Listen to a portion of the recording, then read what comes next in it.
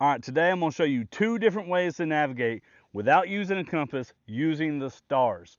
Now, the first one you may have heard of, but I have a little twist to it, so maybe something new to you, and the other one you may never have heard of before. Stick with me, let's check them out.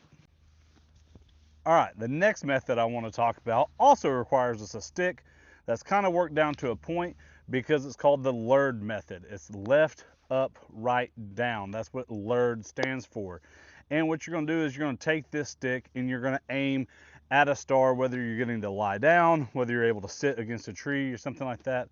But you want this to be a stationary thing that's not moving too much, and you can pick out a single star in the night sky to keep track, because what you're going to do is you're going to line it up with your stick and you're going to track where that star moves. Now, you're going to be sitting there watching for 10 or 15 minutes, and the star is going to start moving a direction.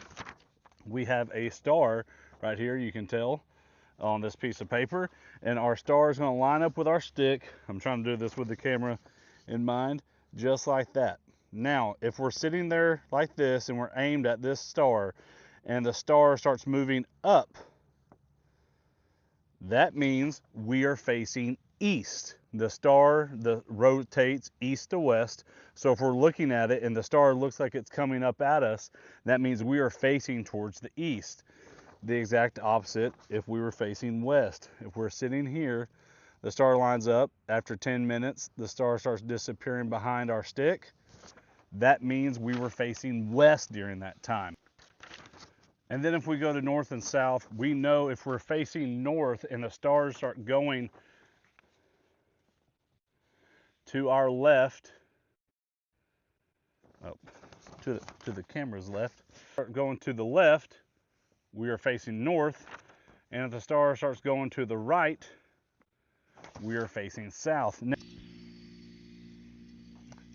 So another way to think about this, I know that may be hard to picture in your mind. Sometimes, like, you got to sit there and think about which way you're facing, which way the star is going to your current situation. And when we're talking about survival, when we talk about being outdoors, we want to be 100% confident that we know the direction that we're traveling. And so I broke that down into a way that, yes, it's going to be more work for you in the long run, but we're going to know beyond a shadow of a doubt that we're heading the right direction. And so instead of doing LURD, the L-U-R-D, the left, up, right, down, I'm just going to break it down to easy for you, east for up. That's how I'm going to remember it, because I know that if I'm sitting here at this stick and I have decided on my star and the star starts rotating up, I know I'm facing east. So I know if I'm sitting here at the stick and that's not what the star is doing, I can move my body around until I get that correct direction. Now, I know someone's going to be like, hey, that's more work, that's taking more time, but it's kind of like that old mentality of measure twice, cut once, okay? Let's make sure we're going the right direction, because if we're out there, we may not be thinking right, so I'm just going to go with that. And the last one I want to talk about is using some constellations, one in particular, and it's called Pleiades, right? The Pleiades was taught to me when I was a kid by the name of the Seven Sisters. You might have heard that. If you're looking in the night sky, it is somewhere to like the north and west of Taurus or Orion's belt. But it really looks like a little dipper if you were to look for it in the night sky. Now, anytime we're doing celestial navigation, it's easier to do those things like right at the beginning of night and the beginning of day.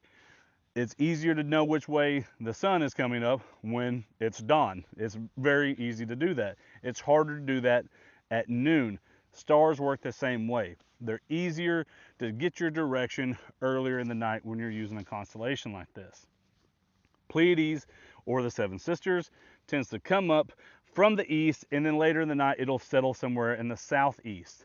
But if you're there in the first couple hours of the night, this little dipper here, this little tail tag in of these stars will be pointing east, giving you a cardinal direction for you to travel.